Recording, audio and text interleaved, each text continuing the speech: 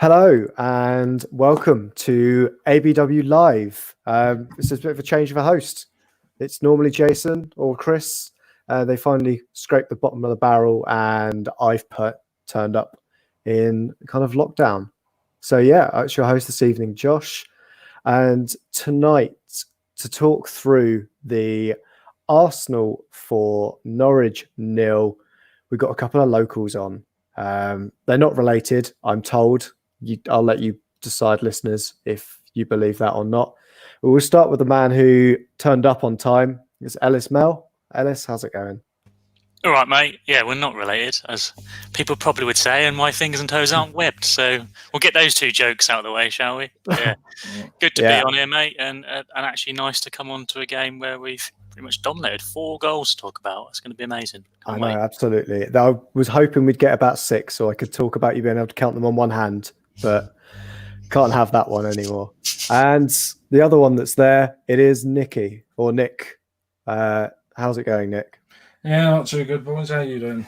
Yeah, very well, thank you. It's good to get me back on doing a host and hosting a win, because I think I went through a row of doing all the Europa League losses. It's nice to see that both myself and John Welsh have got rid of our jinxing abilities since COVID has come in.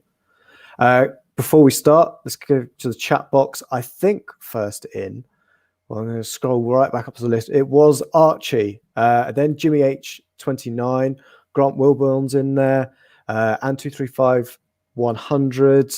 I think Danny the GFP is in there, Alonso Spencer, J Rob, Renry, Mike Hertz, Loki 73. I'm sure you guys have got like multiple YouTube windows up because you can't be watching us, and I think Tom's live at the same time as us. I mean, that's not a reason to leave. Please don't leave if Tom's live, or if you are, give us a like before you leave, and then I don't care, it'll be fine. Just come back for the superior content when you're all right. But yeah, let's start with the lineups. Ellis, what did you kind of think? Because there were quite a few changes in there. How did you feel? Yeah, I wasn't too surprised it was going to be some changes. Obviously, it's quite an intense game against Sheffield United over the weekend. Obviously, it didn't go to extra time, thank God. But I think they played quite hard there, and you were always I expected Aubameyang to come back into the squad.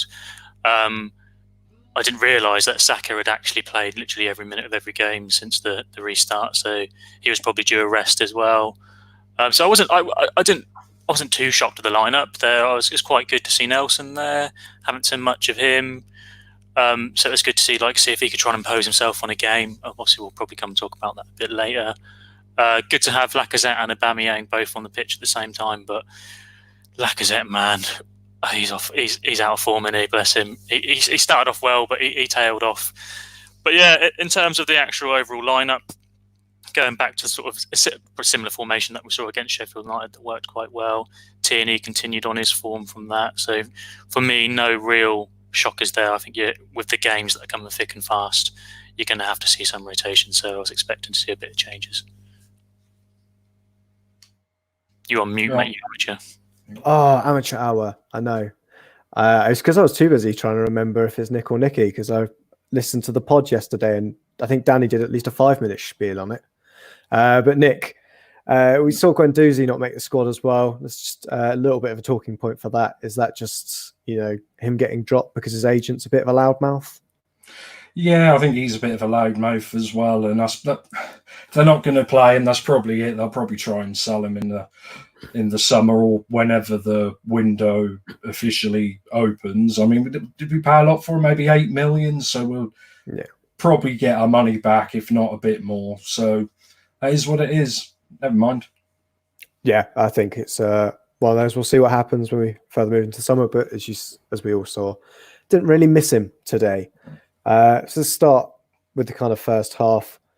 Ellis, it was kind of interesting kind of first half from us. Took us a while to get into the game. Not a great number of shots in that first half for trying to get into it. How did you kind of feel Norwich shaped up against us as well? Certainly first half, Norwich seemed to basically just sit back really and try and contain us, which I thought was strange because I think the best way to sort of go at us is probably from the attack. We're a bit shaky at the back. We don't really. Our midfield doesn't dominate games, but Norwich seemed quite happy to sort of sit back and let us come at them. We had a lot of possession, I think, in that first half. We created a few chances before our goals, which weren't like proper clear cut. We had a lot of space down the wings. I think with the midfield that we've got, or midfield that we started with, there's not much pace and power and athleticism in there. So I think a lot of that came from sort of the wings with Tierney on the left, Hector Bellerin and Reece Nelson on the right. I've seen more going down the left, to be honest, I think, from the first half. But yeah, we're sort of prodding and probing, but not really coming out with much. But yeah, it was a strange tactic for Norwich to employ because, like I said, if you're going to... The best way, I think, to come against Arsenal is to pressure us from the front, press us, because our midfield isn't great under pressure, and our centre-backs and defence, as we've seen since the kick-off, is they can be a bit dodgy and make some mistakes. So yeah, it was strange to see them sit off so much as they did. Yeah, Nick, it was kind of, we saw with us in the later part of the first half that we kind of started to carve them open. Do you want to talk us through the first goal that we saw from Aubameyang? Yeah, well, he just obviously tipped the back pass to Tim Krul. Not really any pressure on him at all, but he has been known to make a few of those mistakes. Even I think he was like the worst goalkeeper for errors in the Championship last year for that sort of thing. So he has got previous for that, and obviously Aubameyang with his pace rushed in and nicked it off his toe and slid it in the back of the net. But when I watched the replay, there wasn't really anything on for him to actually pass it to anyone. But then he probably should have just cleared it upfield like they should have done. But I'm not sure whether he got stuck in two minds. Like halfway through just trying to clear it, he like tried to sort of be a bit too clever, but just Aubameyang got in there too quickly and 1-0. Yeah, I think it was everything we kind of deserved. Do you agree, Ellis, on that kind of start? Because Aubameyang had a couple of chances before that. But how do you feel? It's the fastest player to get to 50 goals for Arsenal in the Premier League. How do you feel he's been for us overall in that time? Yeah, they read that stat out during the game. I think it's taken them 70-something games, and it took Henry as the next fastest about 80-something. So you can't... For me, he does get a lot of criticism from the fans, from the sort of the clear-cut chances. He can miss a few, but he creates so much. I think a lot of his game is probably relied on pace, but he's still got it, and he just bangs him. You can't complain from a striker, pardon me, who's the fastest ever Arsenal striker in the Premier League to get 50 goals. He's a proven goal scorer. I've said this before, he's a player that I looked at Dortmund and loved, and I never really saw come into Arsenal. I always assumed he'd probably go to someone, whether you like it or not, a bit better than us or a bigger club than what Arsenal are. But we managed to sign him in a January transfer windows of all windows, and we did. And he's been our best player since we signed. For me, it might be a conversation we come on to later. It might be a questions later, but we've got to try and keep him as best we can. Lacazette, he's woefully out of form. Out of the two, if you're going to say a one, it's got to be Lacazette. Aubameyang, he's top quality. He's a striker that we've always wanted. We went a few seasons, didn't we, with Giroud and at times when we played Yaya Sanogo, we have absolutely woeful strikers. Giroud was good. He's done a good job for us, but in terms of an out-and-out goal scorer, I don't think he really was. He was a good link-up striker. But for me, Aubameyang's an out-and-out goal scorer that you just love to see. It's just someone you want in your club who can bang the goals in. And I think that showed today with his performance, really. Yeah, talking about his performance as well. Ellis, I'm going to come back to you to talk about the next goal, because it happened only 4 minutes after. We caught Norwich cold on that one, didn't we? Yeah. I don't really know what Krul was thinking of, really. Trying to do I think he was trying to do a Cruyff turn. Funny, a Dutch goalkeeper trying to do that and messing up. And it was just Aubameyang pushing from the offset. It was something that you saw from the kickoff, that our forward line, even Lacazette, Nelson to a certain extent, would pressure him. And yeah, I looked down. I was eating my dinner at the time. Looked down because I thought the ball was going back to the goalkeeper. And as I looked down, he's gone off and pinched off and scored a goal. So you can't complain. He's a poacher, and he'll be there, and he'll try and win the ball and get you goals. And that's exactly what he did. And unfortunately for Norwich, who were trying to sort of sit there and soak up pressure. They've shot themselves in the foot there, but which is probably why they're going to get relegated this season. Yeah, and Nick, we saw them kind of open themselves up to us, and we saw Xhaka get a goal. Do you want to talk us through that one as well? I may have missed. I was only sort of caught the replay. That can you just go through that again? What happened? So this one is it's the Luiz long ball. Plays a long ball from the back straight out to Kieran Tierney. Yeah, Kieran Tierney plays a 1. Well, no, not 1-2, just a 1 with Aubameyang, who then just slides it through to Xhaka, who smashes it through Tim Krul's legs. Yeah, I remember that because, like I say, I was out and then just caught the replay. But yeah, I mean, David Luiz, he's done that previously, obviously, many times for Chelsea. I don't know.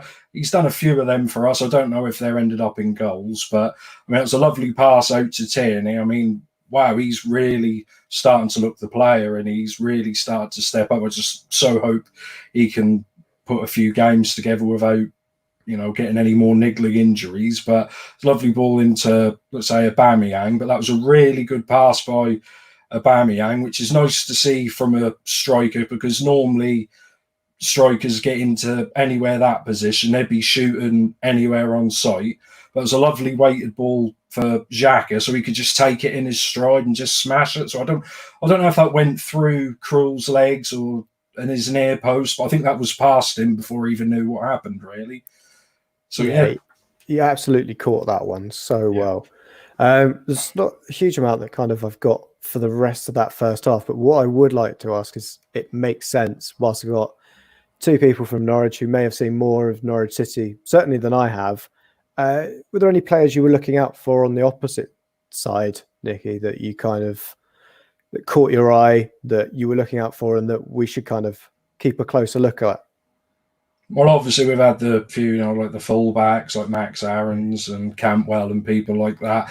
And I don't know what's happened to Pookie this year because he got pulled off at half time. He's just completely gone off a cliff. But I don't know how Norwich played mostly last season was like really quick counter-attacking football. But Norwich just don't seem to get in the position to be doing that at any time. It's like they're almost...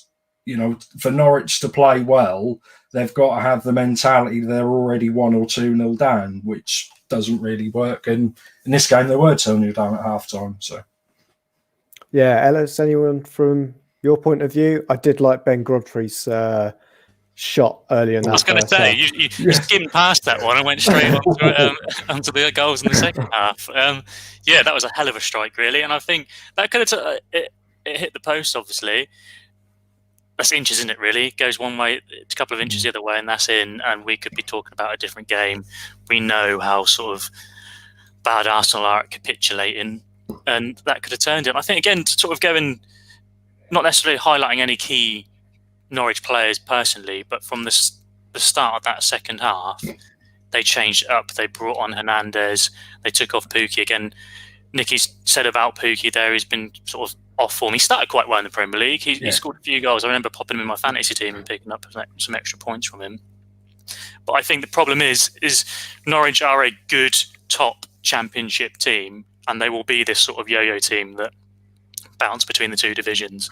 They're another West Brom, aren't they? I won't go that far. I'm not going to label it. They're better than West Brom. Come on. Anyway, but Norwich, they've been up and down all through the seasons, and I think sort of Norwich fans from first, I don't know about Nicky, but from the Norwich fans that I know, a lot of them feel sort of there's some parallels with us as Arsenal fans. They feel like their squad might not be invested in properly in the right areas. They bring up quite a few sort of like young players. I don't know if you can remember the Murphy twins that came through Norwich a few years back.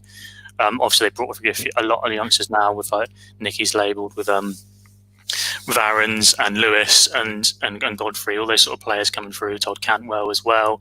All young players. They've got a good academy. They bring through good players, but they don't really invest when they get into the Premier League, and that I think will always be their downfall. They'll get their money from the parachute money from getting relegated, and they'll probably reinvest that in the squad. I imagine they're probably going to lose Todd Cantwell when they get relegated. I think Aarons, personally, I'd love him at the Arsenal. I'm not sure that's someone we're going to go for, especially with obviously Cedric now. I've got Cedric, Ainsley and Bellerin in that position, so it's not something that we're really looking to strengthen. So that's not really realistic going to happen, but as a player that I like. And yeah, I think Norwich just I think they're always going to be that way until they sort of get to the Premier League and say, look, let's make a stand, let's pump some money in, let's get some Premier League proven players in here.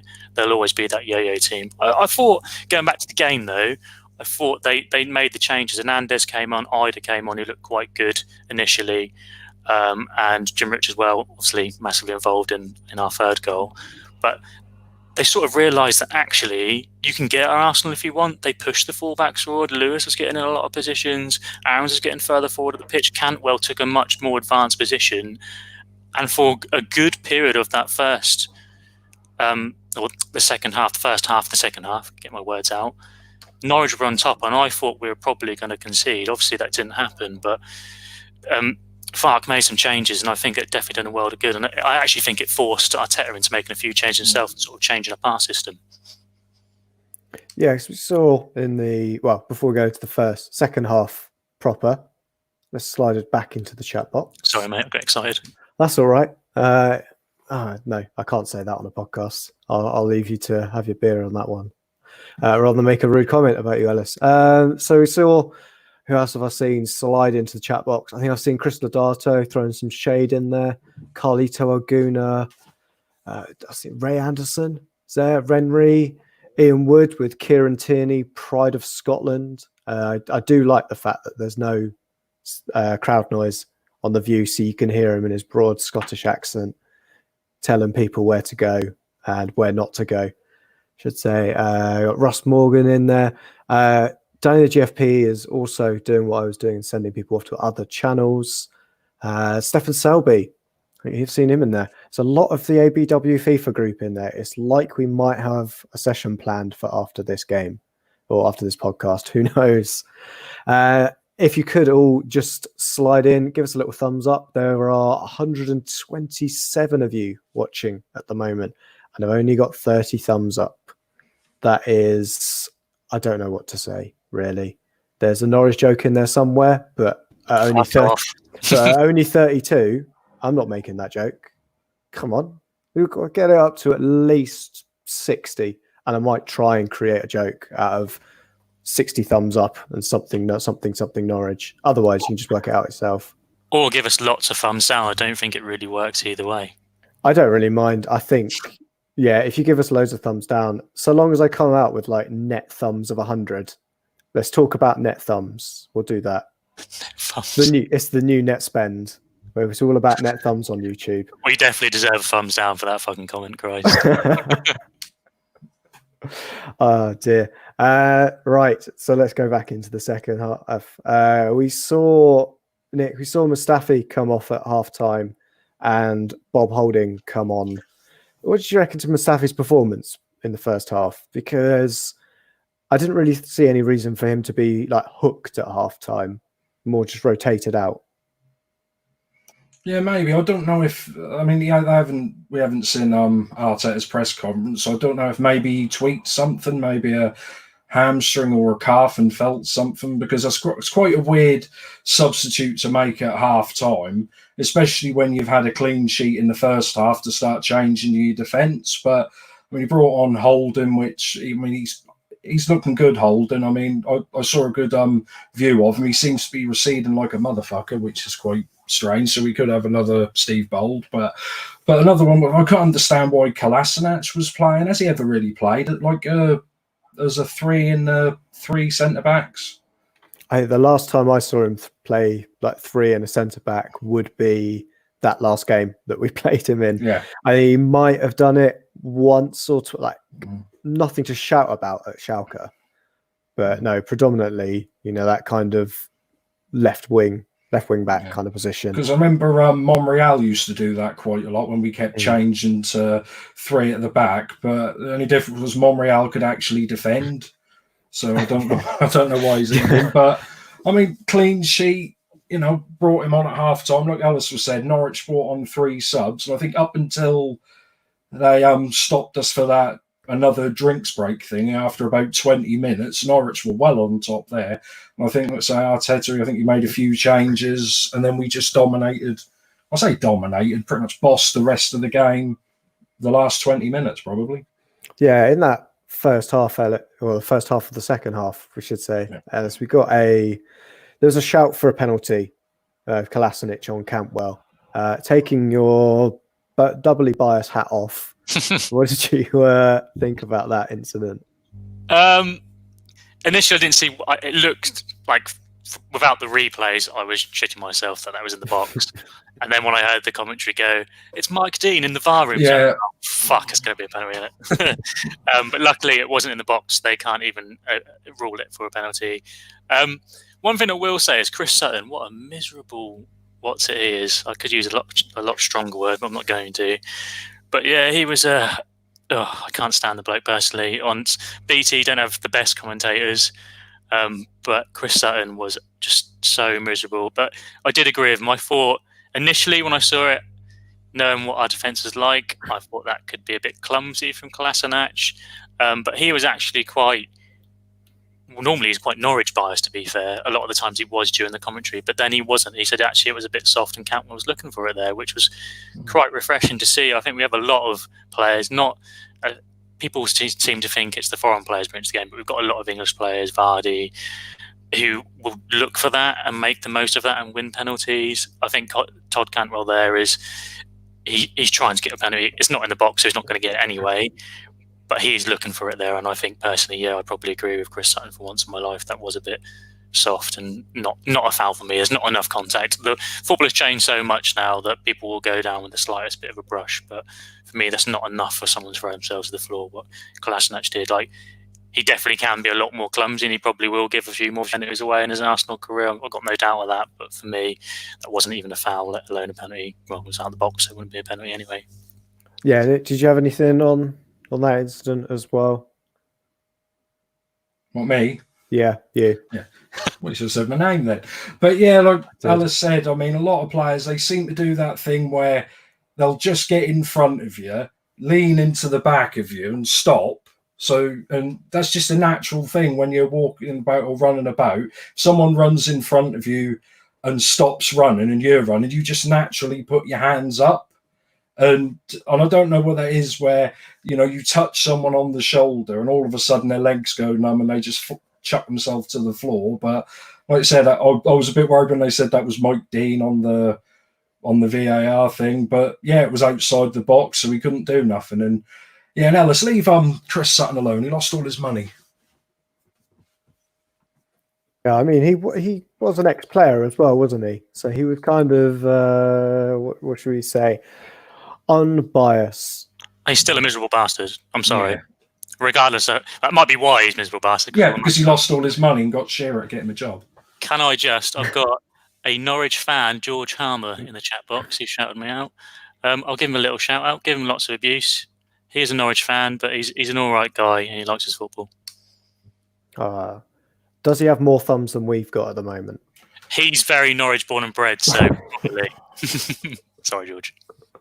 And I will thank Rocky7 GT UK for that one as well. I can't take any credit for that one because he says he's from Suffolk as well. So I think there's a bit of a rivalry there.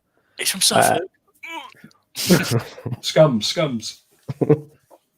Right. Back into the second half. We also saw, this is the problem about doing a live show after COVID, is we've got bloody 5 substitutions to talk about. Nelson came off for Willock. What do you reckon to Nelson coming back in, Nick? Because we haven't seen him since the restart, and he started here. What do you reckon to his performance?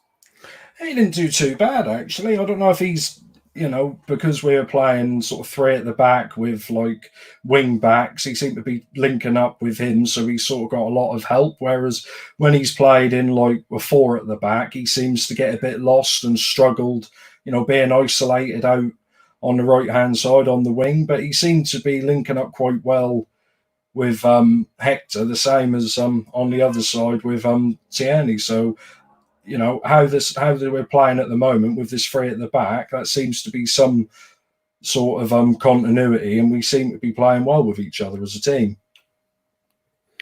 Yeah, Ellis, do you think we saw that kind of change to help us get control in that midfield as well? We seem to have lost that beginning of that half. Yeah, definitely. Like Farks, he mixed it up. He put he pushed the players on a bit. He put some more attacking-minded, quicker players. Like Pukki he's a good goal scorer, but he hasn't really got the engine or the work rate of the players that Farke brought on in the second half. And yeah, you could see it. Like Nicky said before, the sort of sterilising of the balls and the little water break, they were well on top, and I generally thought they were probably going to nick something and get a goal. And who knows what would have been the outcome of that. There was that stat that they actually mentioned in BT that Norwich are the only team in the Premier League to not come back from a losing position. When they've gone a goal down, they've always lost the game.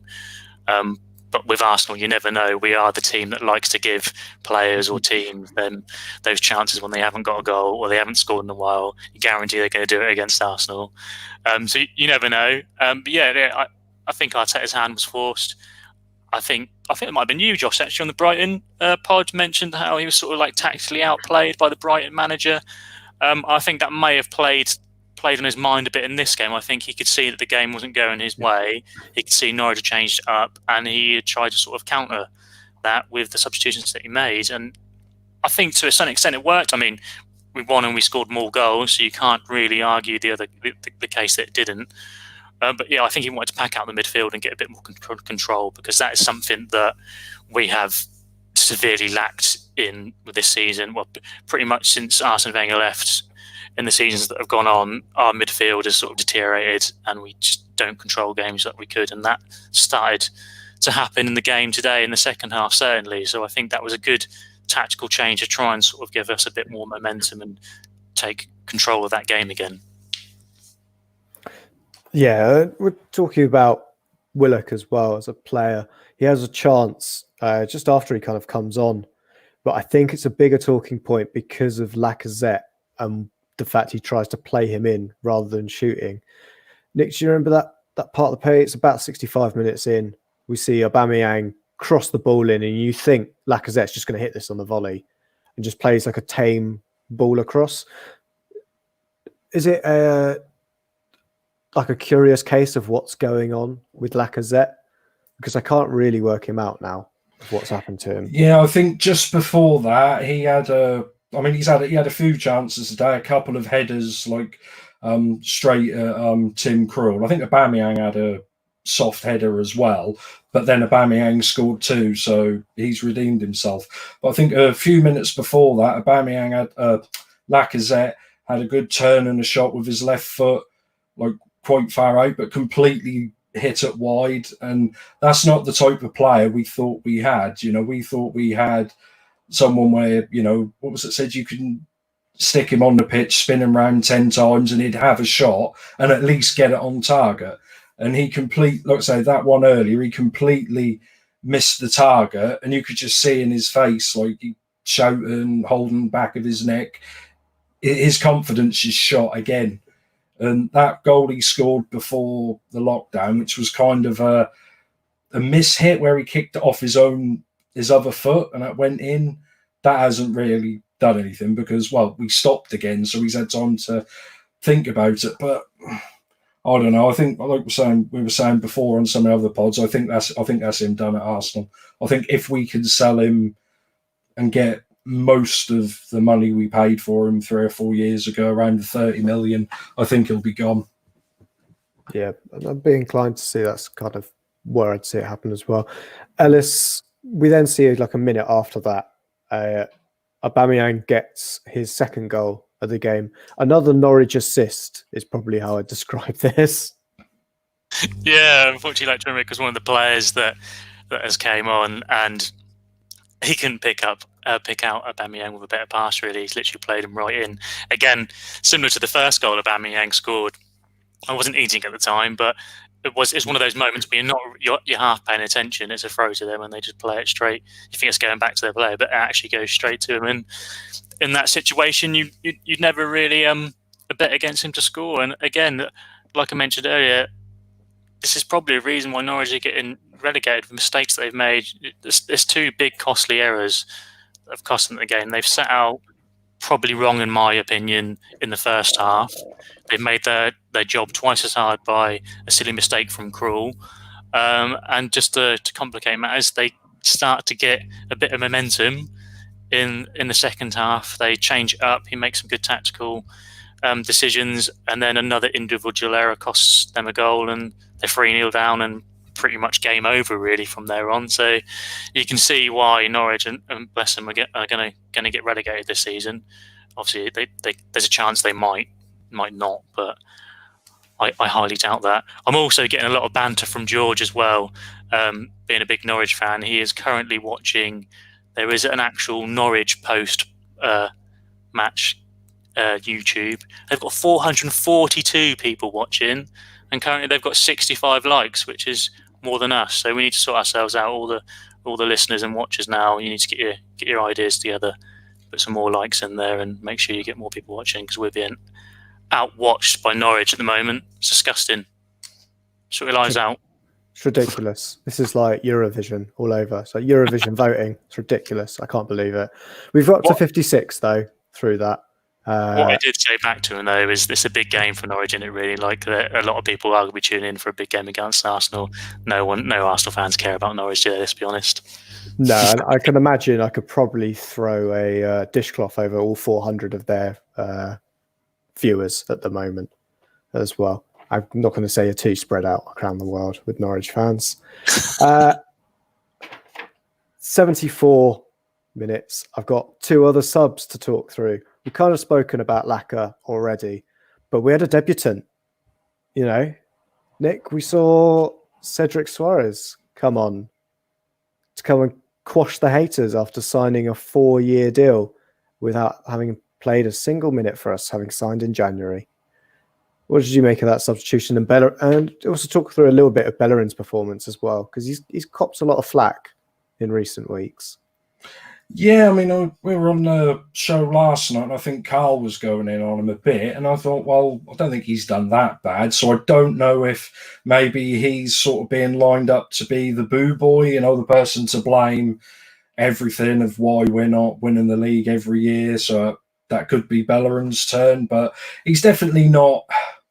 since he got his injury, he doesn't seem as fast as what he was a few years ago. And I don't know, because he's done his knee, and he probably is going to lose a little bit of pace. But so he'll, if he's going to stay with us in the next year or two, he'll either adapt his game into being more well-rounded and better at defending and, crossing the ball, or he won't. And Cedric will take his place, or we'll get the boy from Norwich in maybe in the summer if he wants to go. But I can't see many people like Barcelona or anyone desperate for him. I mean, has he actually ever played for the Spain national team? I know he played for the under-21s, but I don't think he's had many caps for the main national side, if any.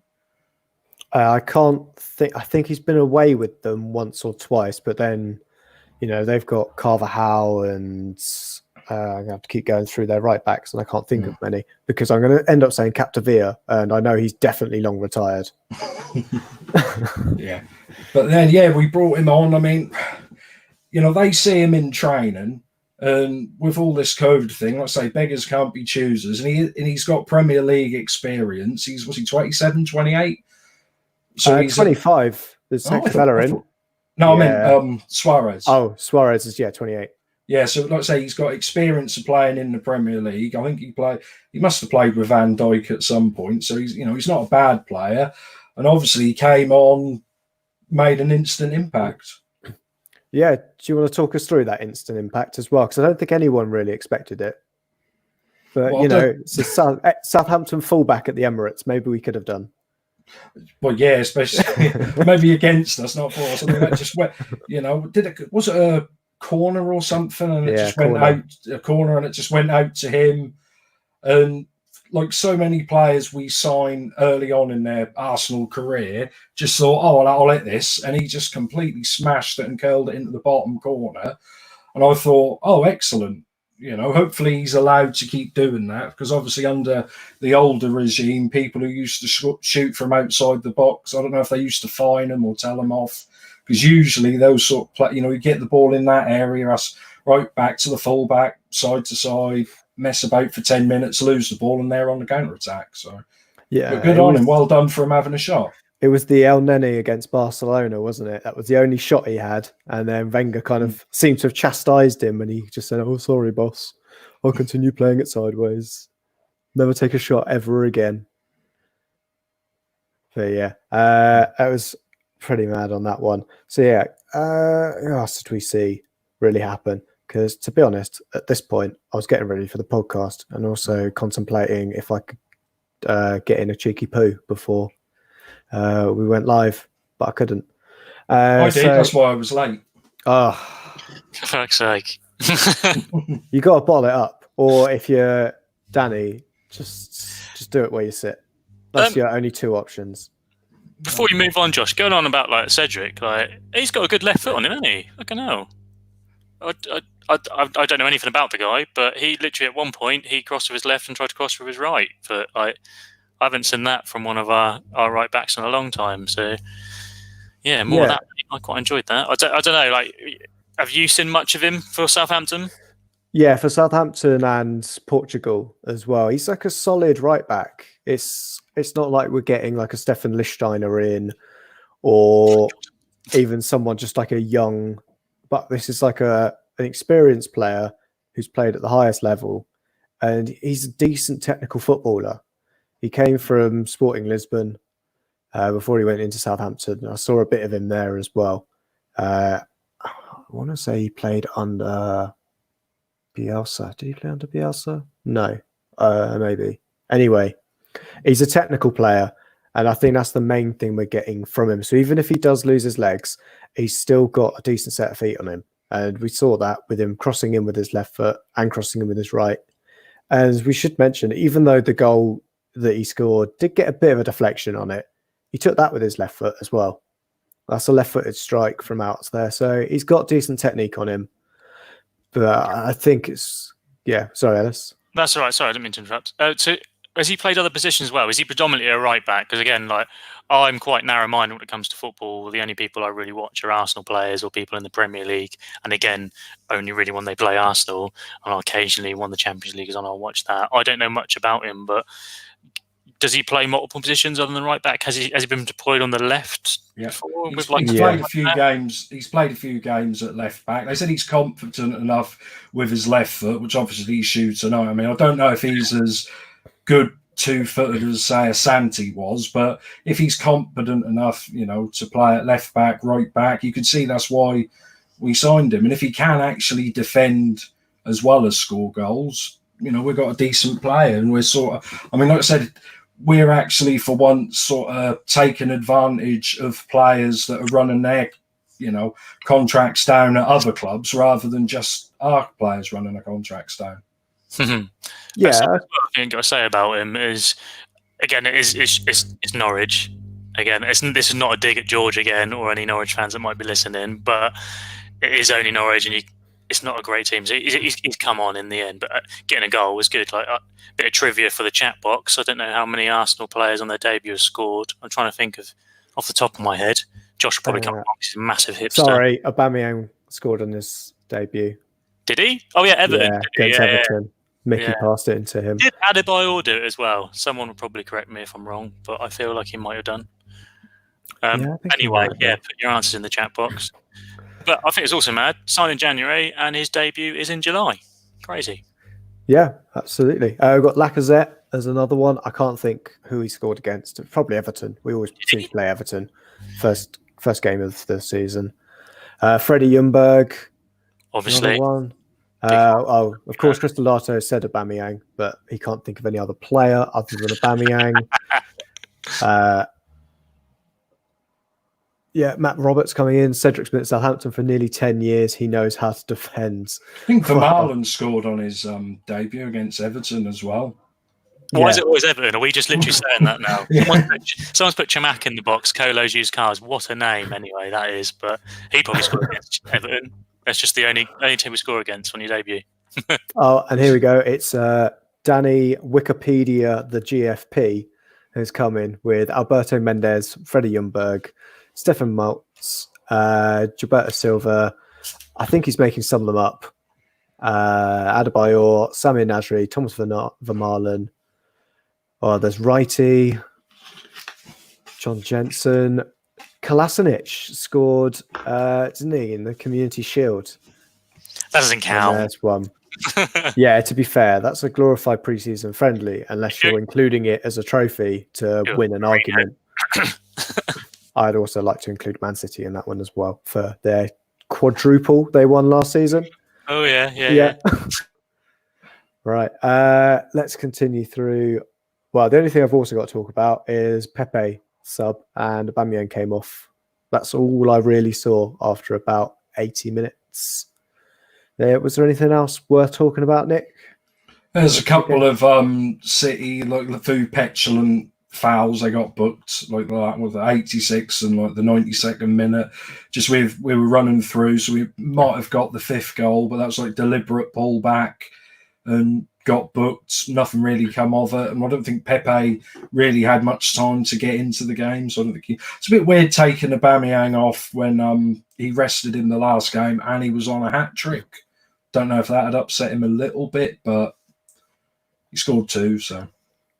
Yeah, I mean, we've got, I want to say it's Wolves at the weekend, but these games have become so thick and fast, it might be Leicester. Who knows? It's one of the two. We've got an awful fucking running now. It's, who is it? Wolves, Leicester, Spurs and Liverpool are like our next 4 games or something horrible like that. Yeah, then we go to Villa, Man City, and then Watford. But to be honest, looking at what Leicester were doing this evening, I'm assuming they lost because it was 2-1 last time I saw. Yeah, against 2-1. Nacho scored a goal against Everton. They haven't been doing great since the break. I could go full hipster if anybody wants to indulge me on pressing stats, and teams that aren't good at or are good at pressing aren't as potent at the moment since the restart, and teams that didn't get pressed that or were really susceptible to presses are doing quite well. Hence, we're seeing someone like Newcastle getting not 4 goals against Bournemouth, because that's like kicking a blind man's stick away. But, you know, their previous results where Newcastle are doing so well since the comeback is that teams aren't running as much. But that does the game for us. 42 minutes gone. 130, I was going to say 135 watching, and it's just dropped down to 130 on YouTube. There are 66 thumbs up there, 2 thumbs down. That makes 68. I reckon I said at 60. I'd do a Norwich joke, but someone else did it for me. So what are we going to do for 100? I don't know. I'll work it out, people. If you can get it to 100, maybe I'll go live on Twitch whilst I do my post-podcast poo. That'll be there. If we get to 99, I won't do it. If we get to 101, I definitely won't do it. Therefore, that's like a goal for you. If you get to 100, I'll try and stream some FIFA games if I can work it out. Oh yeah, we might even go live on Twitch, but probably not. There's some more like a forfeit, isn't it? So, yeah, there's some X-rated stuff in off after 2 minutes. Come on, Ellis, if I can do it, you should be able to do it. Well, mate, I am a lot more not very technical towards you. Ask Danny, he'll tell you a lot of shit. Right. Shall we move to questions? Because I think we kind of got lost in that little chat of rambleness. We've got a question here from Phil Macker's one. Is Lacazette now a busted flush? Nick, I think you kind of answered that one already, didn't you? Yeah, his confidence gone. And yeah. I don't know if... I mean, I can't remember. I don't know how he was playing for France. Obviously, Chris would know more, but he's just looked like a obvious case of a striker that always, you know, would play better with 2, you know, to play off someone. But we haven't got, you know, a player like that. I mean, if he'd have done well playing off like a Giroud type player, but obviously we sold him and brought him Aubameyang, so you know we haven't got that. But yeah, and it's not just the last few months; it's been a steady decline over the last 3 years. So yeah, I think he's busted. Can I come back in? Is that all right? Yeah, I thought you were having a stroke. I thought you were having a stroke for a second. I didn't know what to do. Just call 999. Fast positive. Tricky shakes. Stone words. Not speaking. Smell burnt toast. Got a lot. Anyway, yeah. I just can butt in. Like, I can literally hear Jeff Arsene on the back of my head going, FIFA isn't football. But I can remember ages ago when Lacazette was at Lyon and he was Lyon banging goals in Liga, and he was one of the squad builders on FIFA Ultimate Team, and he was just such a good player. And like, you got him, and you could like, I don't know if anyone plays FIFA, they might do, but with the squad builders, it takes a lot of time to get the player in your team. And he was a beast on FIFA. And I remember thinking, I wish a guy would come to Arsenal. I think Chris was sat there saying, I used to watch him when he was 2, playing for the under-2s, and got all the videos up in my loft. I watch him all the time. That's my Chris impression. Do you like it? But yeah, just, I think he's a good player. And again, I sort of agree with Nicky. It has been a steady decline, but that coincides with our midfield. Our midfield is shit. It is so bad. Like, I don't think, like, if we sat there now, obviously not going to do it, and we went through like the midfield of every Premier League team, our midfield would be pretty fucking low. They aren't great. And if I could sit there and look at all the teams above us, there are so many players I take from another team to play on our midfield. It might not necessarily suit our style, but they're a lot better and more technically gifted than what we've got. I think that's coincided with Lacazette's downfall. Aubameyang, he's a quality striker. He will get you goals out of nowhere. He still gets shipped out on the left and is expected to do a lot more, but he will get you goals. Lacazette, unfortunately, needs a bit more sort of nurturing. His form has suffered and the team's form has suffered, and I think it's been a sort of a double whammy. I think he could potentially come back from it. Whether he will or not, we've seen sort of players form, whether it be a centre-back for us, a midfielder, a striker, whatever, be destroyed from sort of the form that Barcelona, and just our fans can be a bit toxic. And I do believe, personally, from my opinion, from what I look at social media, Lacazette is getting a lot of flack at the moment. And he seems like someone who's probably in touch with his social media. I mean, the fucking guys were liking AFTV shit, for Christ's sake. So he probably does look at social media. Don't know if that comes into it. But I thought at the start of the game, he looked up for it. He looked fired. And then the confidence just drained from him. Again, Josh, you made the point talking about that chance when Aubameyang crossed it to him. He tried to header it back to Willock. Like, a striker on form is at no point is thinking, I'm going to header it back to the, however old Willock is, 18-year-old, young, inexperienced guy. He's not thinking that. He's thinking, I'm taking this down and I'm shooting, or I'm shooting first time. And he is unfortunately woefully out of form. I hope he can get it back. I think if we get a stronger midfield and create more chances for him, hopefully he can come back into it and show the striker that he can be, because he's a good quality striker. Whether that'll come or not, I'm not sure. And again, if you said to me, we're going to have to, out of Aubameyang and Lacazette, one of them is going to go. In my opinion, one of them's got to go. And if you're giving me the choice, the guy scoring goals, the guy isn't scoring goals. It's an obvious choice. It's got to be Lacazette. But I'd like to think that he can sort of get over this form. But who knows? Who knows? Oh yeah, I was just to quickly say, yeah, but you're right, because it just seems like what I'm saying. He's playing a lot with his back to goal, and he's got like players behind him all the time, and he's just been resulted to like turn and quick snapshots and little, like you say, little headers and flickers. And well, that's not him. And like I said, when we signed him, you thought he was going to be the bloke playing off Giroud, and Giroud was going to be, you know, linking up well with him, you know, chipping the ball down to him so he can run onto the ball and shoot. But with how we're playing him at the moment with his back to goal, that's just not actually, that's not his game. So he's not going to hold the ball up. He's doing okay at holding the ball up, but like I say, he's not scoring goals. But if that's what the club want him to do, I mean, I don't know if we can rebuild the side fast enough for him to regain his form. You know what I mean? I don't think we've got enough money to buy the players needed to get the best out of him. Yeah, I'd like to see him charging down Krul more often. We saw that he was gettable as a goalkeeper. You know, we saw Aubameyang literally score a goal by closing down the goalkeeper. And Lacazette, I think, had a number of opportunities to do that and just didn't. But I don't know. What do you think, Josh? In terms of potentially trying to get something like, is he someone that we can sell? Is he someone we're going to get an offer for? Or is it some? What is your opinion on the whole situation with Lacazette? Do you say we keep him, we try and play him back into form, improve the midfield, and potentially he's going to get a lot more chances?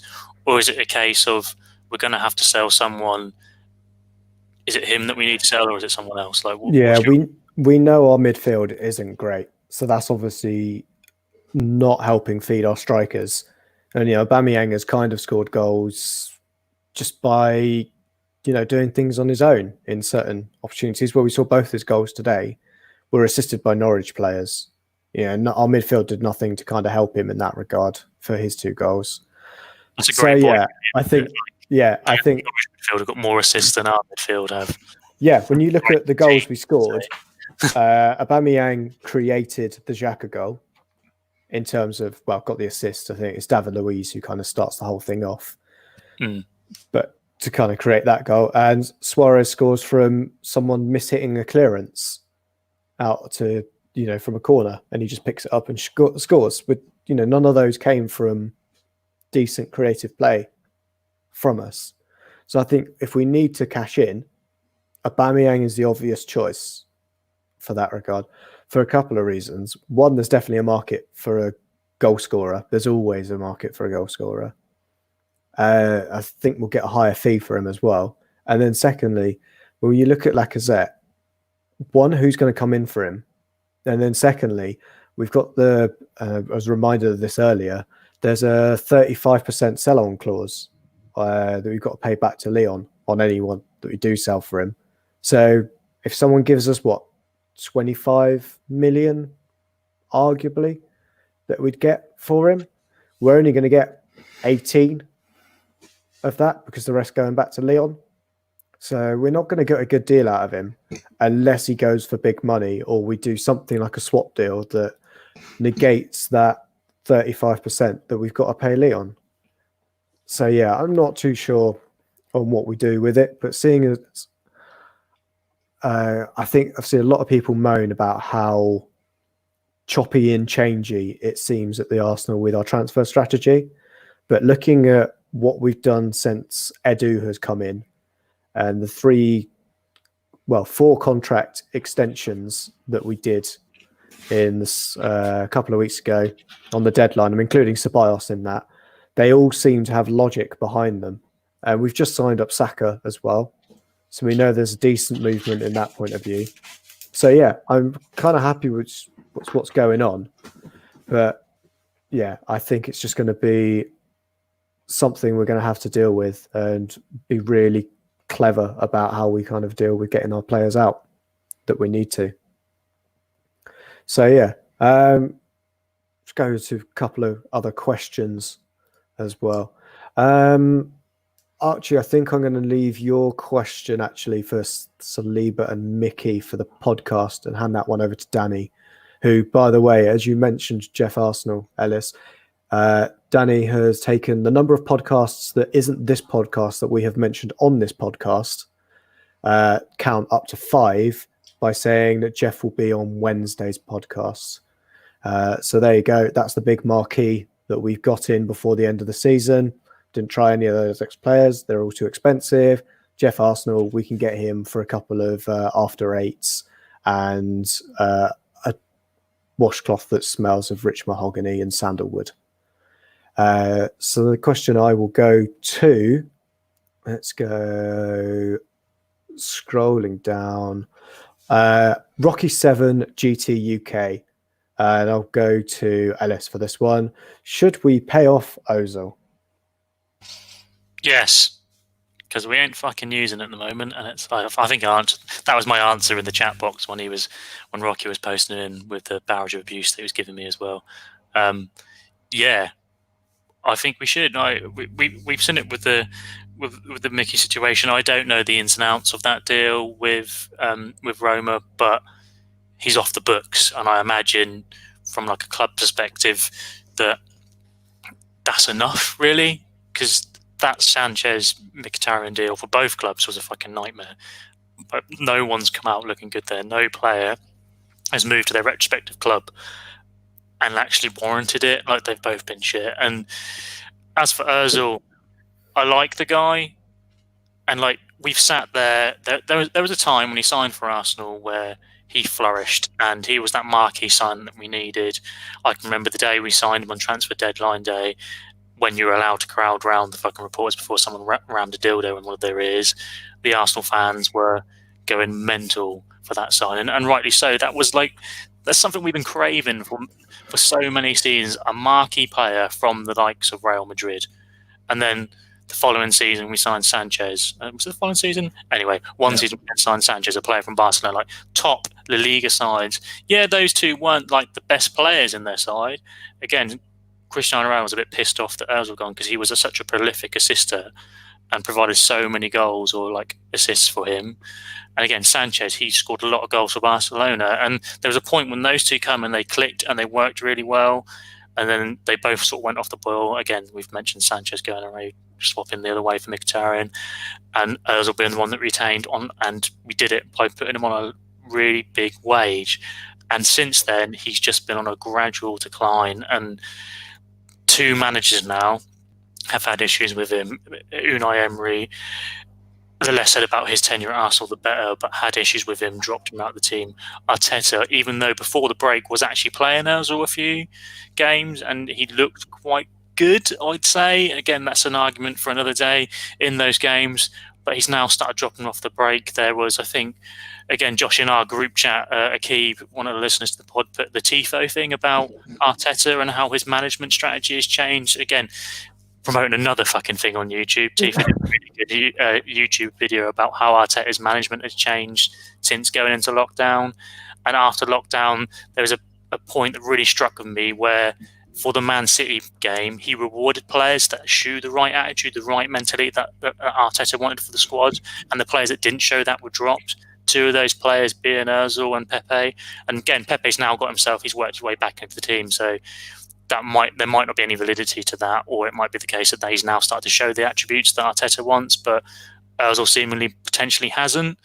And if he's being paid, again, wages aren't everything, but he's being paid the most at our club, and he is providing nothing, 0 things for us. Maybe he's not playing, he's not providing assists, he's dropped off. I love the guy, and I would love to see him sat there in a 10 playing balls with Lacazette and Aubameyang, but something isn't right in this situation. And the best I could probably hope for is like a Turkish club comes in, like a Fenerbahce, and say, we'd like to take him off your hands, but we can't afford him. We just go, look, we'll pay off the rest of the contract. He can go to you. And then he's off the books. He's not a problem. We're not talking about him, and we're concentrating on Arsenal and the players that want to be and want to play the way the manager wants us to play. So yeah, for me, to answer Rocky's question, I'd get rid of him as soon as I can. Awesome.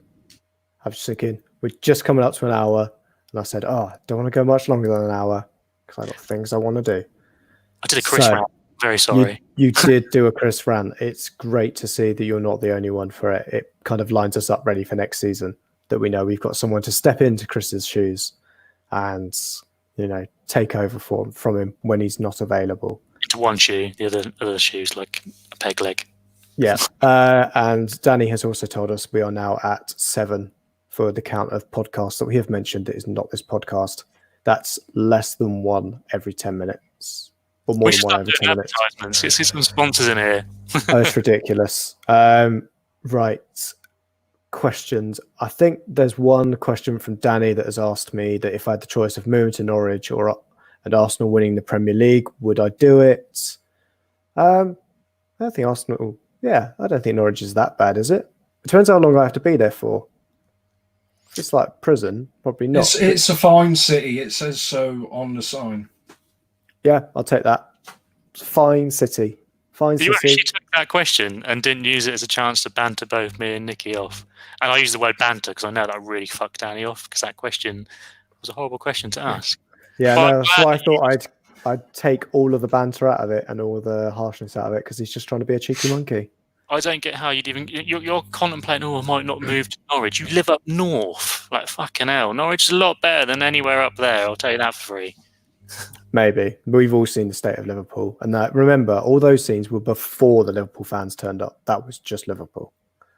I think there's some loads of great questions, but I think I'm going to have to throw them over to Danny. There's one last question. I think I'm going to use it from Fly KG. KJ? That's the one I'm going to use for us to kind of end on, because it's pertinent to this game as well. There's a lot about players that we should look to sign. I think I'm going to throw those because they're great for podcast questions, not necessarily for our post-game shows. But yes, which player, this is one each from all of us, would you take from Norwich? So Ellis, start with you. Cool, I was too busy looking, like trying to type in the chat then, and I couldn't get back onto the right tab to unmute. How amateurish of me. I'm going to say it before either of you two can say it. Todd Cantwell, like, we've just sat here and moaned quite a bit about how bad our midfield is. I'd love to see that kid in our midfield. Again, I like Aaron's, I like Lewis, but we've got plenty of cover. The argument again about how good or bad our defence is, but I think our midfield needs a lot of work, and I'd love to see Todd Cantwell playing in our Arsenal midfield. And he's actually an Arsenal fan, so I think that would work quite well. But yeah, who would you two take? Nick, who would you take if you were taking a player? No. You go first. I'm trying to find his name. Oh, okay. So I'm going to go... actually, to be fair, if we got rid... I kind of like the look of the guy that came on at half-time. Is it Ida? Yeah. Ida, the striker. But to be honest, I'm going to go with Ben Godfrey. That's what I'd go through. A nice young centre-back in there. I think he could... Depends on what Callum Chambers is like after he's come back for his dodgy knee. But yeah. And Nick, what about you? No, none of them. They're all shit. None of them. There we go. That is the true Arsenal perspective of all Norwich players. They're getting relegated, so of course all their players are shit. But yeah, just got to say, I think we're going to wrap it up here as well. We've got 76 likes, so unfortunately you're not getting a Twitch live of me doing a poo. So you probably all got away with that, to be honest. But if we could get some more likes, there's 176, no, 116 of you. I can't count. 115. It's going down. It's like the show's ending.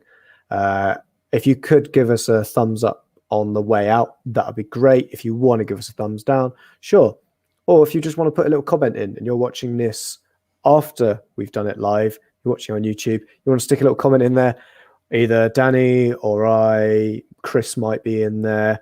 We might give you a little conversation in there and we'll do something. It'll be great. Yeah. Put your best Norwich joke in there. I'll go in there and laugh at you. Yeah, exactly. So yeah, Nick, thank you for joining us. It's been great. Yeah, it's been good, hasn't it? Yeah, absolutely. And Ellis, yeah, it's been all right, hasn't it? How rude. I've had a great time talking about a 4-0 win, bantering off my mate about Norwich and having a good old chat. It's been lovely. Thank you for having me.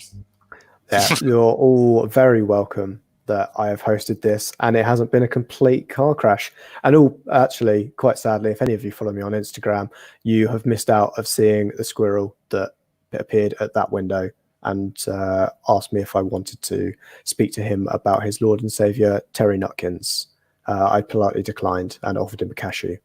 So that's yes, one of Josh's better jokes from experience. That's quite a good joke, so you need to go see it because they don't come around often. I know, right? It's as rare as anything. But anyway, we have been a Bergkamp Wonderland official Arsenal podcast aggregator. If you want to know about a podcast that isn't this one, come and listen to this podcast because guaranteed we will tell you about 6 others that are better.